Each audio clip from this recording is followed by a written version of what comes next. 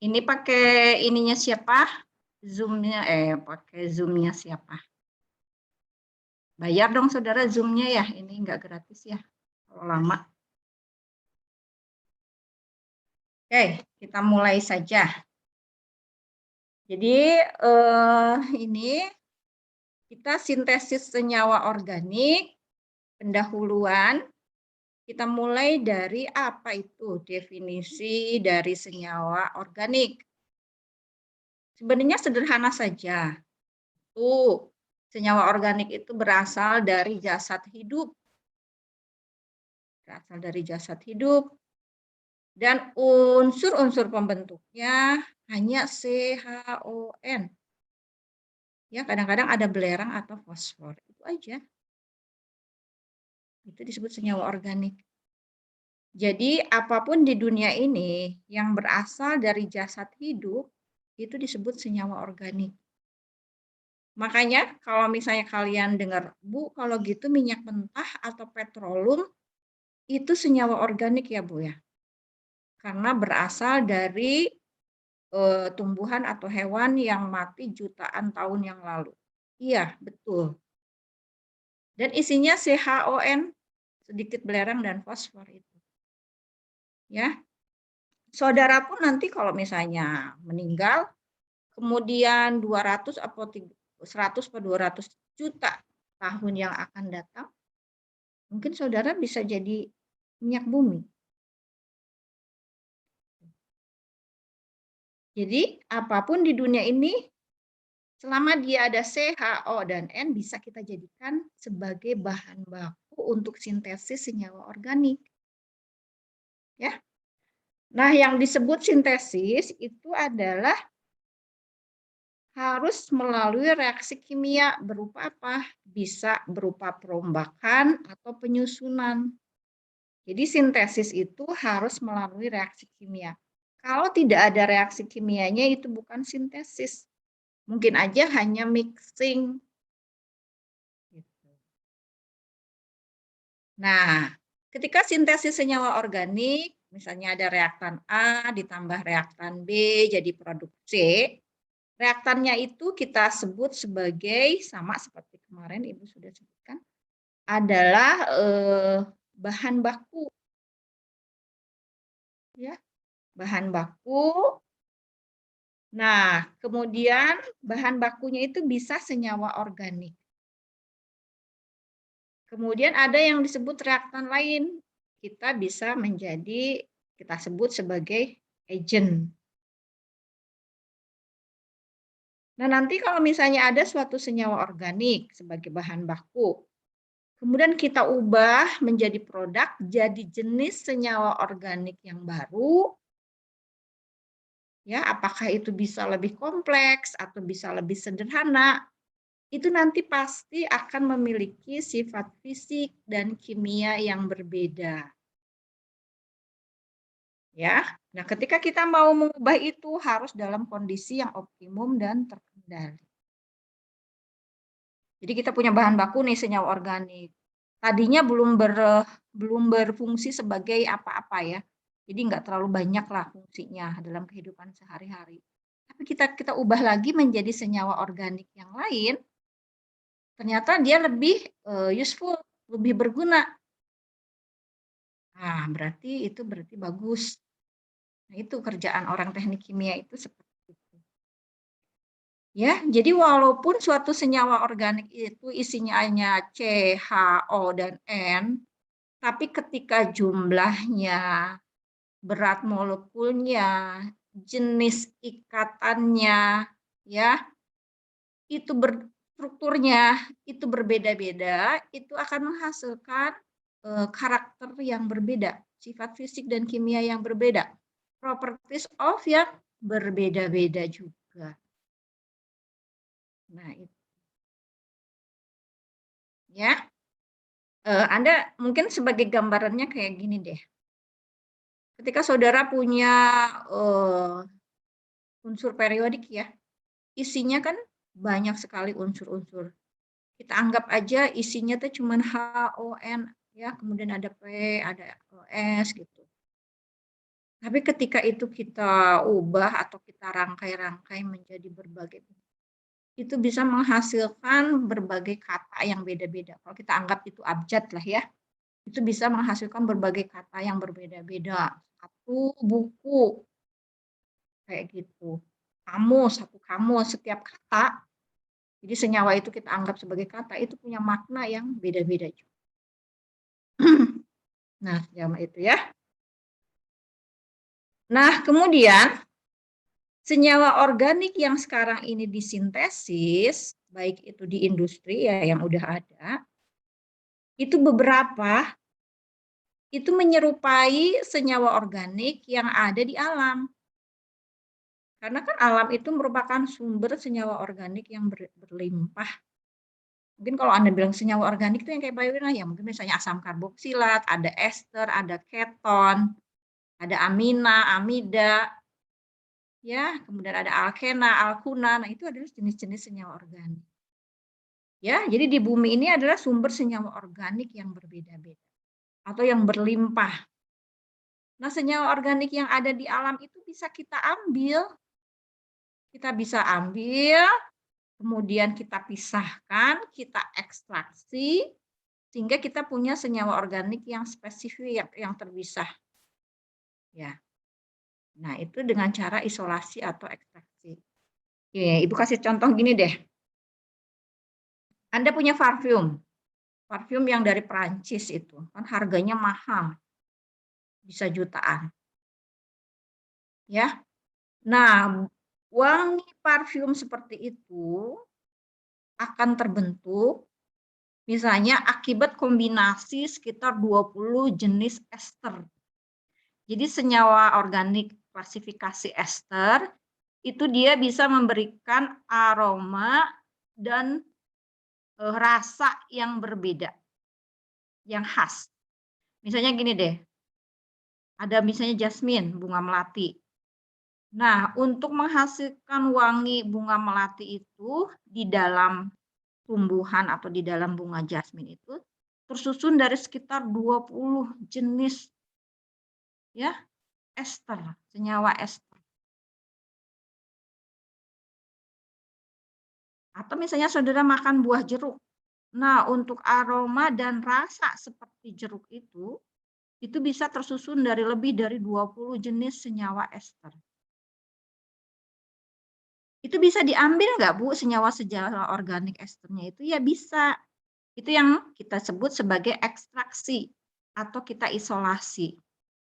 Tapi untuk mengambil atau mengekstraksi itu membutuhkan energi yang besar sehingga biayanya sangat besar.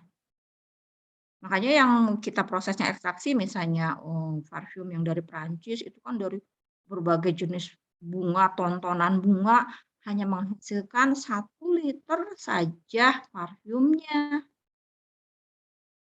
Nah, jadi untuk yang kita yang uangnya pas-pasan Bu, gimana dong apa kita nggak bisa pakai parfum? Ya bisa.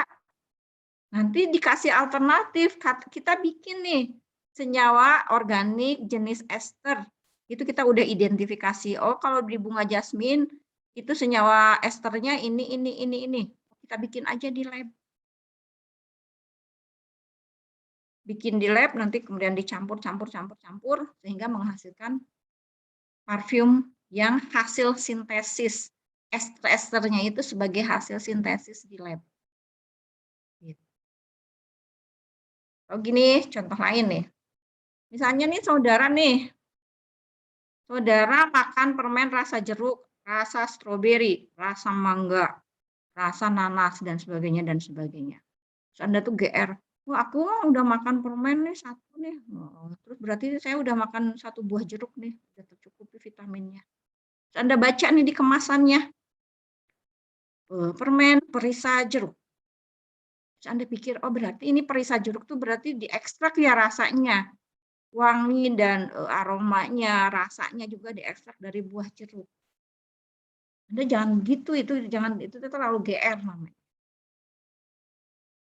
Jadi rasa jeruk, rasa stroberi yang disebut perisa itu disintesis di lab. menyerupai senyawa-senyawa ester yang ada di buah jeruk. Karena kalau misalnya kita ngambil perisa dari buah jeruknya sendiri, ya mahal. Permennya jadi nggak bisa 1 biji Rp500. Nah, ya sama. Ada perisa, mangga, kemudian perisa daging malah yang kayak gitu. Ya, itu bukan diambil dari ekstraknya dari daging, dibikin di lab, di industri itu dibuat. Ya. Nah, tapi industri sintetis senyawa organik itu menjadi industri yang memang sangat banyak. Jadi kalau misalnya nanti petroleumnya habis, industrinya mati. Ya iya mungkin itu karena bahan bakunya dari petroleum. Ada satu lagi, bahan bakunya dari alami juga bisa. Ya nanti kita bahas ya. Nah, jadi dalam kehidupan sehari-hari itu kita tidak pernah lepas dari produk hasil sintesis senyawa organik. Coba saudara kasih contoh. Apa aja nih? Contoh dari senyawa organik.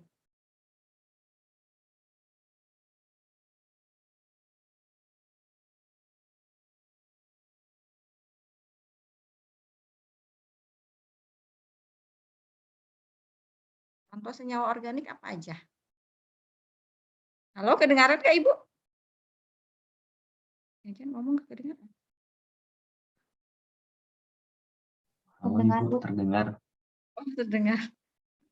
Iya Ibu. Ininya Zoom-nya nggak bisa diklik. Ya mungkin seperti alkohol. Alkohol ya, misalnya alkohol terbuat Aldehid dari keton. Saudara, alkohol terbuat dari mana?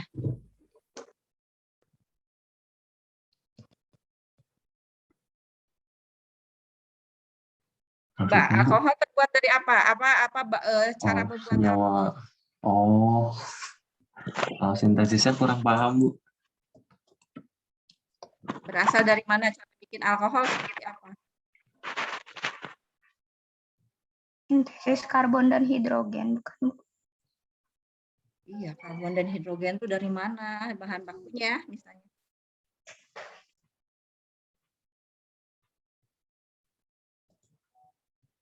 Ayo, siapa yang bisa ngasih contoh?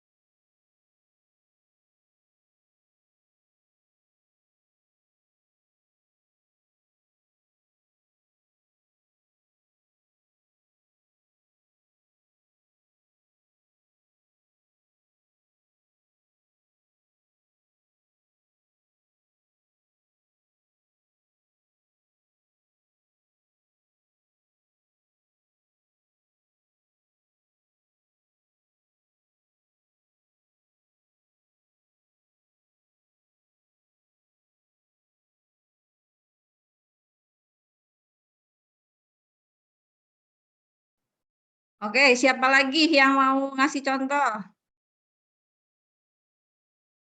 Dari alkena bukan Bu? Hmm? Sintesis Alkohol dari alkohol. alkena? Iya, iya, betul dari alkena. Betul, dari alkena alkohol. Alkena jenis etilen, ya. Kalau misalnya ada bilang Bu dari fermentasi, ya betul. Tapi kalau misalnya untuk memenuhi kebutuhan industri itu nggak bisa kalau hanya dari fermentasi. banyak banget, nggak akan terpenuhi. Jadi dari sintesis senyawa organik yang berasal bahan bakunya itu dari etilen. Etilen itu adalah alkena yang berasal dari bahan bakunya adalah minyak bumi. Ada lagi, apa lagi? Coba, itu kita nggak lepas nih sekeliling kita dari produk-produk senyawa organik. Bensin bukan, Bu? Iya, bensin, betul. Jadi bensin itu senyawa organik ya. Tapi bensin itu termasuknya industri pengolahan minyak bumi ya. Prosesnya nanti fraksionasi, nggak masalah ya. Ya. Apalagi? Gula, Ibu, Urea, Ibu. glukosa. Metan, Bu. Glukosa. Itu enggak, Bu? Hah? Gula, Ibu. Gula apa? Gula apa? Glukosa, Ibu. Glukosa, iya. Ya, HGF, high glukosa sirup atau high glukosa sirup. Kalau misalnya saat ini pemanis itu ya kita gunakan dari gula tebu. Gula tebu itu disakarida ya, jenisnya sukrosa misalnya. Nah, itu prosesnya bukan sintesis, tapi ekstraksi. Jadi tebu itu mengandung sukrosa yang tinggi sekali ya kandungannya, kemudian kita ambil, kita ekstrak hingga menghasilkan gula tebu. Cuman kalau misalnya gula tebu itu dipakai untuk semua industri yang membutuhkan pemanis di Indonesia, misalnya sirup, permen, biskuit, dan sebagainya, nanti harga produknya jadi mahal. Sehingga kita butuh alternatif pemanis yang lain. Ya, yang lebih murah, ya kita sebut sebagai tadi temannya nyebut glukosa, high glukosa sirup. Glukosa itu monosakarida. High glukosa sirup, jadi sirup yang bermonosakarida ya dengan konsentrasi tinggi. Itu bisa diperoleh dari apa? Bisa diperoleh dari amilum, dari tepung yang harganya lebih murah. Sehingga kalau misalnya saudara ada sirup marjan nih misalnya. Sirup marjan dengan pemanis gula tebu. Kok gitu amat sih? Kok misalnya harus disebutkan di kemasan sirup marjan itu pemanisnya gula tebu. Iya, karena itu istimewa. Pemanisnya dari gula tebu. Karena industri-industri lain belum tentu dia menggunakan pemanis dari gula tebu. Mungkin dari gula lain, misalnya tadi HGS, HFS. Tuh, ya. Apalagi? Ya. Coba apalagi? Metan, Bu. Metan. Iya, itu contoh senyawa organik. Memang metan itu, tapi nggak disintesis metan mah. Metan mah udah ada di alam.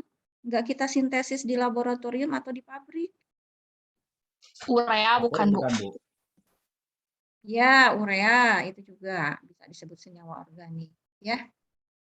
Jadi, apapun yang ada di sekitar kita, misalnya Anda pakai deterjen, pakai plastik, kemudian pakai baju kain, ya, yang kain-kainnya misalnya saudara nggak pakai kainnya, pakai kain katun atau kain yang digunakan untuk kafan, itu memang nggak disintesis, itu dari serat kapas, dari alami. Tapi kalau misalnya saudara punya baju yang lembut, yang halus, nah itu disintesis, dibikin si serat-seratnya itu dengan bahan bakunya yang petroleum. Gitu ya. Jadi kalau kita lihat nih, di sini ada proses sintesis senyawa organik disebut transformasi kimia. Bahan baku yang dimasukkan otomatis senyawa hidrokarbon. Isinya C, H, O, dan N. Ya. Dari minyak bumi dan petroleum. Satu. Ya.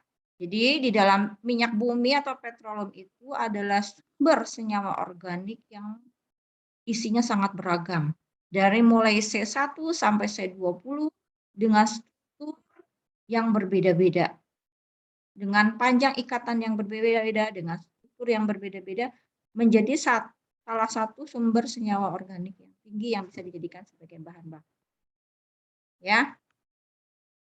Nah, kemudian jenis bahan baku yang kedua itu adalah yang bahan baku yang alami atau renewable. Ya. Yang renewable itu contohnya polisakarida, polipeptida, kemudian minyak nabati, minyak hewani. Semuanya itu adalah senyawa organik. Ya, jadi nanti kita bisa melihat apa aja yang bisa dimanfaatkan. Ya. Nah, ini sebagai bahan baku. Kemudian sebagai agennya apa? Sebagai agennya atau reaktan yang B bisa dalam bentuk hidrokarbon yang lain. Atau bisa juga dalam bentuk asam-asam anorganik, HCl, H2SO4, fosfat, asam nitrat, halida. Ya. Nah, kemudian sayangnya nih, sintesis senyawa organik ini jarang sekali yang terjadi di tekanan dan temperatur kamar. Jarang banget. Anda bayangkan kalau reaksi senyawa organik itu, sintesis senyawa organik terjadi dalam temperatur kamar. Bisa-bisa bumi ini bisa chaos ya, atau kacau. Karena isinya semua kan senyawa organik di bumi ini. Jadi nggak selesai-selesai nanti reaksinya. Nah, kebanyakan reaksi sintesis senyawa organik ini dilakukan di temperatur dan tekanan yang tinggi. Ya. Jadi si reaksi itu harus kita effort dengan tekanan, temperatur, pengadukan, kemudian rasio agent terhadap bahan baku.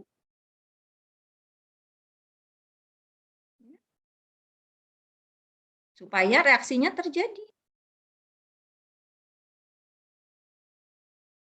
Nah, kemudian setelah ini kita masukkan, semua ini kan menjadi faktor produksi. Dia membutuhkan, karena butuh energi yang tinggi, jadi faktor produksi. Misalnya nih, reaksi alkilasi terjadinya di temperatur 200 derajat Celcius misalnya.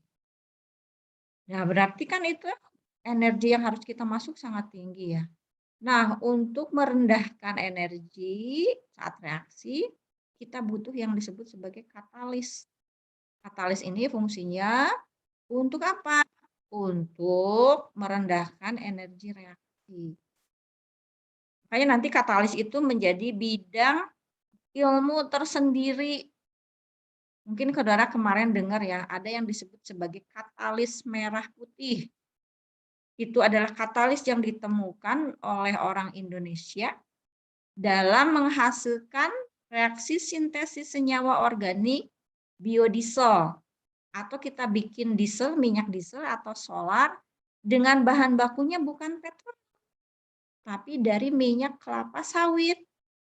Nah, ya, pakai katalisnya apa? Yang disebut katalis merah putih. Isinya apa, Bu? Katalis merah putih itu kita tahu itu menjadi patennya si penemunya. Sehingga nanti energi yang digunakan tidak terlalu tinggi. Ya. Jadi katalisnya bisa asam anorganik, atau bisa logam-logam, atau bisa zeolit ya. Kalau logam-logam berarti logam-logam mulia yang tahan terhadap asam. Misalnya platinum, nikel, palladium, radium, dan sebagainya. Nah, kemudian untuk reaksi ini, setiap jenis reaksi punya karakter yang berbeda-beda. Ada yang eksoterm, ada yang endoterm. Ya. Kalau misalnya reaksinya eksoterm, berarti dia reaksinya cepat banget. Cepat dan menghasilkan energi yang sangat tinggi. Kalau reaksi cepat, energi yang dikeluarkan juga tinggi, otomatis tekanannya juga akan cepat tinggi. Nah, tekanan tinggi akan memicu eksplosif, meledak. Ini harus kita rem reaksinya, jangan kecepatan, Nah, cara ngeremnya itu dengan cara seperti apa? Yaitu dengan pendinginan cara ngeremnya. Ya, kalau misalnya reaksinya enggak bereaksi, ya susah banget suatu A dan B-nya, berarti dia endoterm, berarti kita harus panaskan. Berarti kita harus energi gitu. Kemudian gimana Bu kinetika reaksi, kecepatan reaksinya? Bisa bereaksi tapi misalnya terjadinya besok produknya. Enggak mau juga kan. Itu. Nah, berarti ini juga harus nanti kita akan pelajari lah sedikit. Jadi Anda bisa paham gitu ya. Ini reaksi terbentuk nih secara teoritis di atas kertas terbentuk. Tapi ketika kita mau mereaksikan di lab, kita membutuhkan berbagai jenis energi supaya reaksinya berhasil dan menghasilkan produk yang banyak. Ya buat apa kalau reaksinya terjadi tapi produk yang dihasilkannya cuma seuprit? Nggak untung dong pabriknya. Atau dihasilkan reaksi yang banyak tapi reaksinya produknya jadinya besok misalnya atau 24 jam atau misalnya 2 hari. Ya buat apa terlalu lambat itu? Nah, ini nanti kita akan pelajari di sini ya. Kemudian nanti tempat terjadinya reaksi itu kan disebut sebagai reaktor tuh. Nah, nanti kita belajar sedikit-sedikit reaktor-reaktor apa saja sih yang biasanya digunakan untuk keberlangsungan atau untuk terjadinya reaksi. Ya, kalau di lab satuan proses kemarin, saudara cuma lihat reaktornya itu dalam bentuk Erlenmeyer. Ya, itu kan di lab. Tapi kalau di industri kayak gimana sih reaktornya?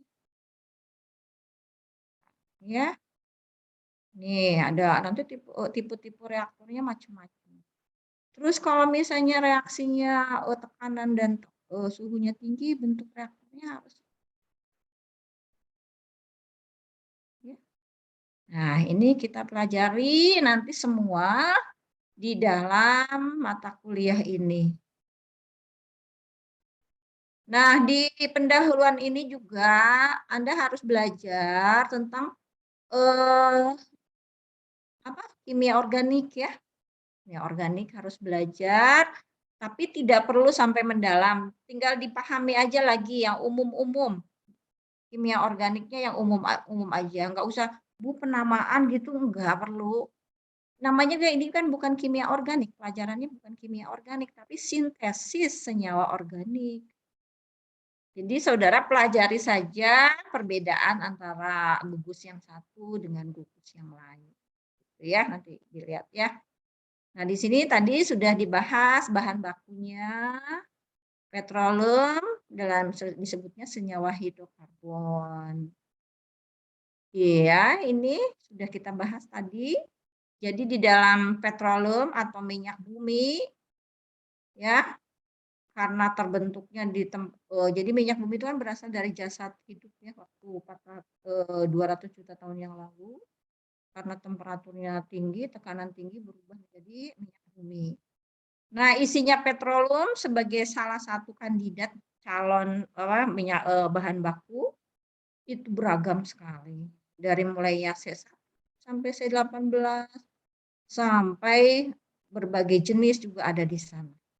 Nah, ini petroleum sebagian diubah menjadi bahan baku. Tadi yang Anda bilang bensin, Bu, betul. Itu sebagai salah satu bahan organik.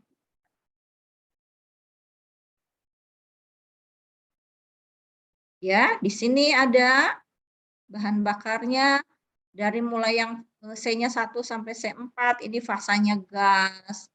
Yang fasanya cair ringan ini nafta misalnya bensin atau gasolin isinya C5 sampai C12. Kemudian minyak tanah C12 sampai C15, solar C15 sampai C18. Nah, ada yang disebut minyak bakar C18. Ya, semakin panjang rantai karbonnya, dia semakin berat kan molekulnya. Fasanya juga viskositasnya semakin besar. Dari mulai fasanya gas, Di sini misalnya ada lagi after ya. Fasanya gas, kemudian fasa cair yang udah dengan titik uap yang ringan, yang mudah meledak, kemudian bensin, makin ke sini, makin viskos, makin kental, sampai dia menjadi aspal yang fasanya kayak suspensi seperti itu ya, dengan viskositas yang sangat tinggi. Nah, kaya sekali minyak bumi itu dengan berbagai jenis senyawa-senyawa hidrokarbon ya. Nah, nanti kalau misalnya kita punyanya yang terlalu panjang, mau kita pendekkan ya udah kita tinggal dipotong-potong aja. Kalau misalnya terlalu pendek, kita mau yang panjang tinggal disambung-sambung aja. Nah, cuman mau memotong dan mau menyambung itu butuh energi yang sangat besar. Selain energi juga teknologinya sangat tinggi. Ya, jadi rantai hidrokarbon yang akan dipecah-pecah disebutnya cracking. Ya, kalau disambung-sambung namanya alkilasi. Nanti kita bahas deh. Itu energinya sangat tinggi. Jadi kalau misalnya sekarang Anda nih beli nih Pertamax misalnya. Pertamax itu 7.000 ya, 9.500. Siapa yang suka beli Pertamax? Berapa seliter? 9.000 Bu. 9.000 ya, bukan Tapi sekarang 9.500. katanya naik. Ya, biarin aja. Nah, Anda bayangin 9.000 aja sebelum naik ya. 1 liter dengan teknologi untuk menghasilkannya itu dengan teknologi dan energi yang tinggi. Karena itu kan rantainya tunggal ya. Rantainya tunggal mau diputus-putus susah banget, itu energinya tinggi banget. Bandingin dengan 1 liter aqua. 1 liter aqua berapa harganya? Paling 10.000 ya. 1 liter aqua bisa ya 10.000. Bayangin. Padahal kalau kita mau bikin aqua itu energi paling butuh ozonasi ya untuk sterilisasi atau sinar ultraviolet, nggak banyak. Teknologinya juga nggak tinggi mau bikin aqua gitu ya, kayak air kemasan itu. Tapi harganya sama. Bayang. Ya, berarti ya, seperti itu berarti saudara disubsidi sebenarnya. Kalau Pertamax enggak ya. Nanti Pertamax aja yang mau naik ngikutin harga bahan baku. Karena bahan bakunya naftanya itu naik harganya. Ya. Jadi biasanya kita beli nafta itu impor. Nafta kita enggak terlalu bagus. Ya, diimpor boleh dari Arab Saudi. Bisa juga. Nah, ini selain ini dijadikan bahan bakar, si minyak bumi juga nanti akan dipisah-pisah untuk menghasilkan apa? Untuk menghasilkan ini nih, benzen yang paling banyak ya. Benzen dipisahin benzennya, etilen. Etilen dipisahin, setilen dan propilen. Jadi senyawa hidrokarbon yang paling banyak digunakan untuk industri sintesis senyawa organik adalah benzen, etilen, asetilen, dan propilen. Nah, ini nanti misalnya di Chandra Asri dijual ke industri-industri yang membutuhkan. Misalnya nih industri deterjen butuh benzen. Wah, beli dari Chandra Asri. Atau ini industri etanol butuh etilen misalnya. Ini beli dari industri Pertamina. Nah, karena kita sudah tahu berbagai jenis senyawa organik ada di dalam minyak bumi, kita klasifikasikanlah biar nggak bingung. Kita klasifikasikan menjadi yang sederhana. 1, senyawa organik yang disebut sebagai senyawa alifatik. Ya, alifatik ada yang disebut alkanat. Kalau di sintesis kita sebut rangkaian parafin jenuh. Karena kan ikatannya satu semua kalau alkanat ya, rantainya. Disebut parafin jenuh. Contohnya metana, etana, propana, butana, pentana. Nanti kalau udah C-nya 15 namanya apa? Susah kan? Nah, mendingan parafin jenuh C15 udah selesai. Ya. Nah, alkena di industri kimia disebutnya rangkaian olefin. Rangkaian olefin. Etilen, propilen. Ini paling banyak lah. Enggak. Jadi kalau yang lain-lainnya ada yang namanya propilen, butilen, macam-macam itu enggak, jarang dipakai nih. Cuman etilen, propilen ini favorit. Ya, kemudian alkuna disebutnya rangkaian asetilen. Asetilen ya.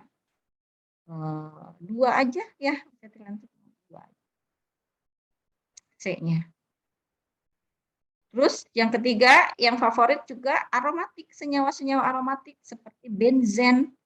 Benzen yang strukturnya sama seperti itunya lambang polban ya, segi 6. Itu juga disebut juga lambangnya skrup, teknik mesin. Nah, cincin 6 atom karbon tak jenuh. Kalau tak jenuh itu berarti ada ikatan rangkapnya.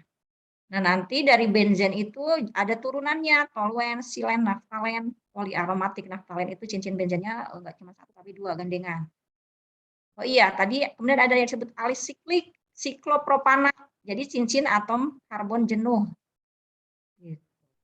Ya. Nah, seperti itu. Ini nanti saudara mulai cari nih, kalau toluen itu gimana? Benzen tuh kayak gimana? Kenapa disebut turunan toluen, silen, naftalen? Ya, nah itu aja yang harus saudara tahu ya. Benzen, etilen, asetilen, dan propilen. Ini favorit. Bahan bakunya ini digunakan untuk sintesis senyawa organik. Nah, kemudian ada bahan baku yang alami yang dapat diperbaharui. Disebutnya karbohidrat. Polisakarida, misalnya amilum, selulosa, protein, misalnya polipeptida, ini protein bisa dipakai ini. Ya, misalnya gluten, misalnya.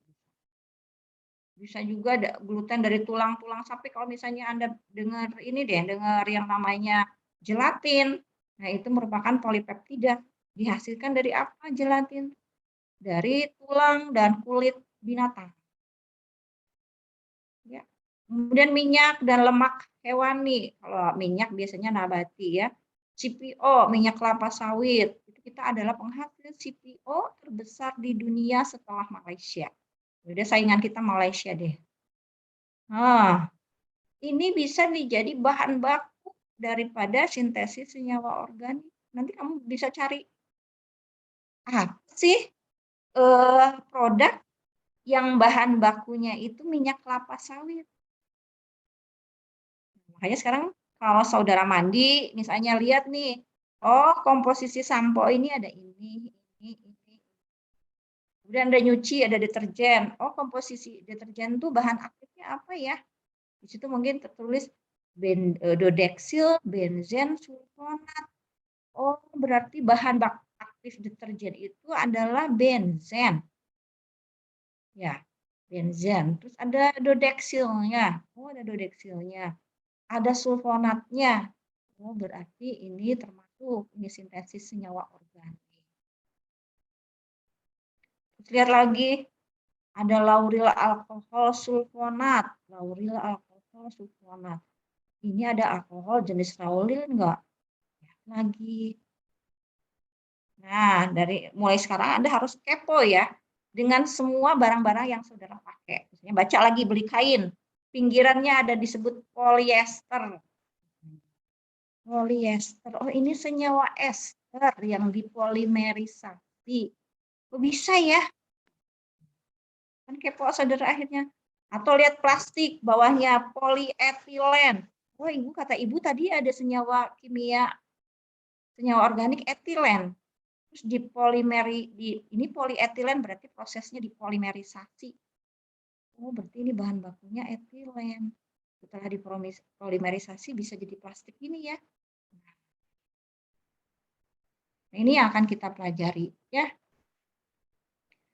Nah, akhirnya nanti yang harus saudara pahami ini sedikit ada penggolongan gugus fungsi.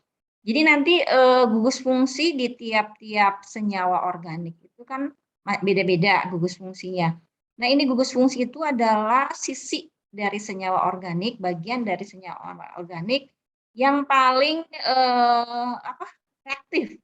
Jadi kalau kita reaksikan, dia dulu yang paling mudah bereaksi. Ya. Karena kenapa? Karena dia memiliki energi yang paling rendah. Nih contohnya ini. Misalnya ini nih, alkena nih ya. Gugus fungsinya itu merupakan bagian dari kerangka molekul. Nah, ini. Nah, gugus fungsinya itu nih ikatan rangkapnya nih. Nah, ikatan rangkapnya ini paling sensitif. Jadi kalau misalnya kita kenai energi di situ yang pertama kali putus ini ikatan rangkapnya. Nah, ini berarti gugus fungsinya si alkena. Ya, ini contohnya ini ada contoh etilen.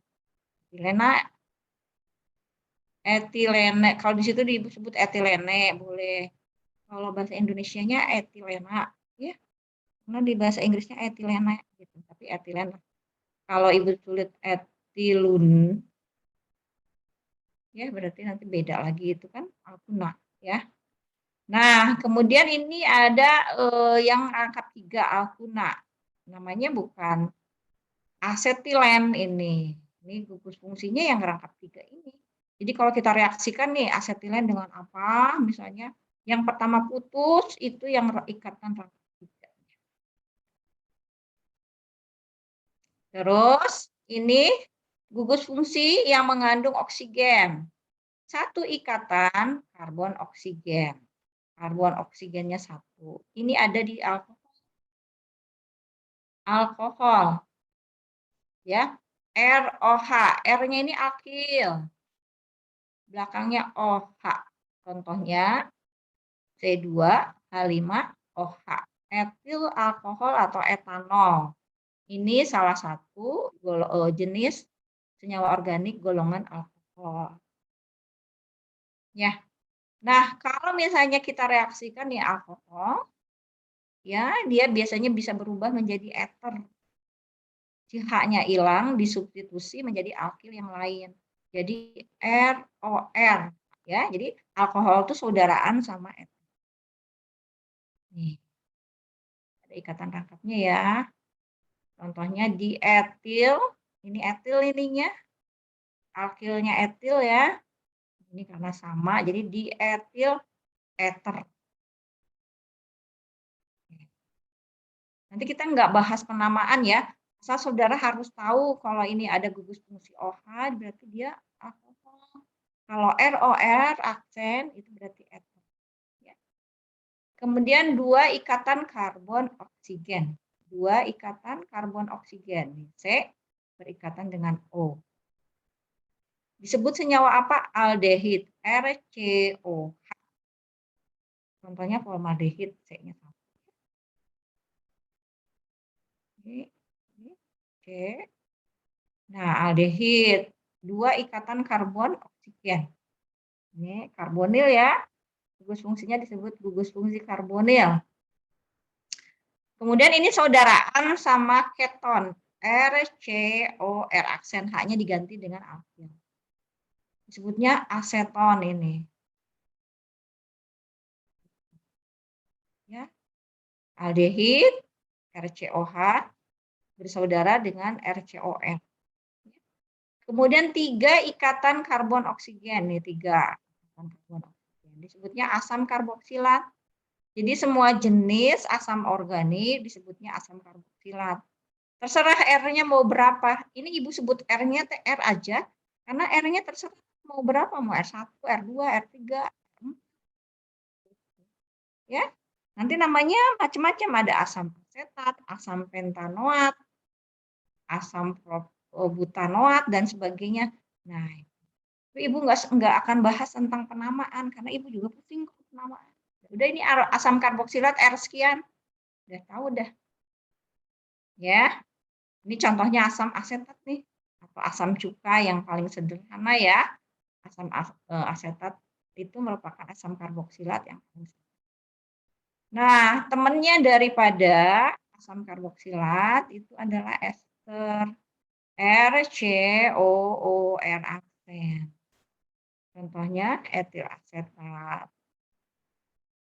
Kenapa disebut etil asetat? Karena untuk bikin ester ini bahan bakunya asetat. Kemudian apa yang menclok? R aksennya adalah etil. C-nya 2. Makanya disebut etil asetat. Sedangkan ininya berasal dari asam asetat. Ini berasal dari asam asetat, kemudian ini yang dimasukkan sebagai pengganti H itu adalah etil.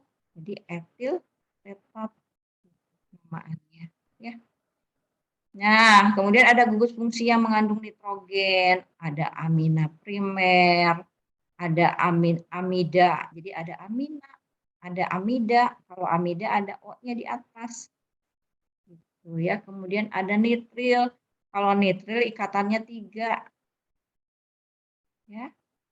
Oke, kemudian ada yang mengandung belerang dan sebagainya. Silakan saudara hafalkan saja. Ini enggak banyak kan, ada beberapa. Ibu udah ringkaskan. Silakan hafalkan saja sehingga Anda tahu alkohol, eter, aldehid, keton yang gitu-gitu. Ya. Nah, sehingga nanti nama-nama proses sintesis senyawa organik itu kita sebut sebagai esterifikasi, hidrolisis, nitrasi, sulfonasi, alkilasi, halogenasi. Ini bukan halusinasi ya. Hidrogenasi. Ini yang akan kita bahas. Setiap bab terdiri dari pendahuluan yang berisi definisi, aplikasi di industri, bahan bakunya apa, agentnya apa, reaksi, mekanisme reaksinya, persamaannya seperti apa, kondisi operasinya, pemisahan dan pemurnian, kemudian faktor-faktor yang mempengaruhi dan sebagainya dan sebagainya. Ini kita bahas nanti. Ya. Nah, sehingga nanti ini ada beberapa buku yang bisa saudara ambil ya, atau bisa saudara cari. Ini kimia organik yang Fessenden dan Fessenden. Ini bahasa Inggris, tapi ini terlalu organik. Terlalu organik, saudara. Yang bagus itu yang Grogin. Yang Grogin itu unit processes in organic synthesis. Jadi ini benar-benar unit proses dalam sintesis senyawa organik. Ini lebih kimia, lebih teknik kimia. Ya, kemudian ada yang bahasa Indonesia terjemahan. Ini ada Harvard kimia organik. Suatu kuliah singkat Erlangga terbitannya. Ini maupun kimia organik ada ininya lah, ada contohnya. Jadi bolehlah saudara jadikan pegang. Nah, itu pendahuluan dari Ibu ya. Silahkan kalau misalnya ada yang mau ditanyakan. Kalau ada yang mau ditanyakan, silahkan. Ya. Nanti mungkin bentar kuisnya setelah dua materi misalnya hidrolisis sama esterifikasi ya. Kita bikin dulu kuis. Nah, nanti sisanya kita pakai UAS. Supaya jangan terlalu banyak bahan. Oke, ada yang mau ditanyakan atau belum paham? Nah.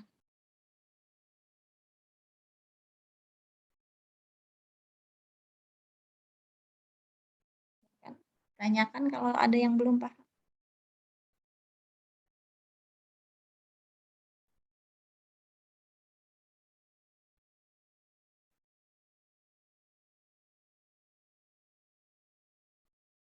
C1B udah paham semua? Udah kebayang belum? Yang mau kita pelajari nanti?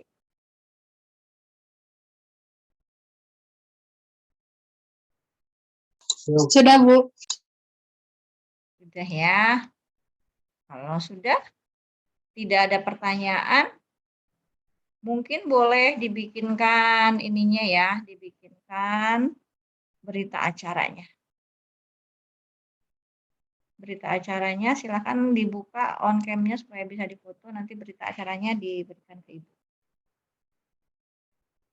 Silahkan on cam.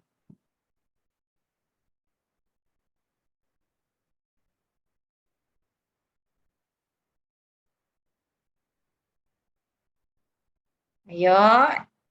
Oh, kameranya nggak apa-apa kalau kameranya error. Yang bisa aja. Silakan yang cantik-cantik, yang kesep-kesep, kita foto dulu.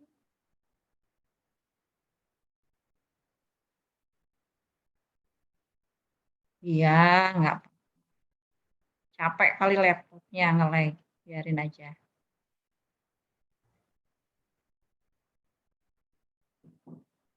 Siapa nih yang bagian foto-foto? Foto-foto.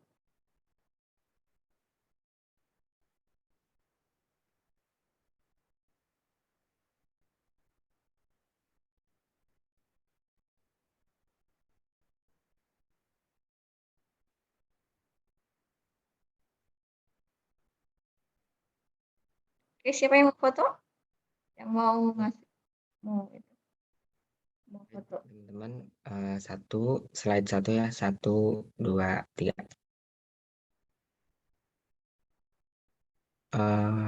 Slide 2, 1, 2, 3.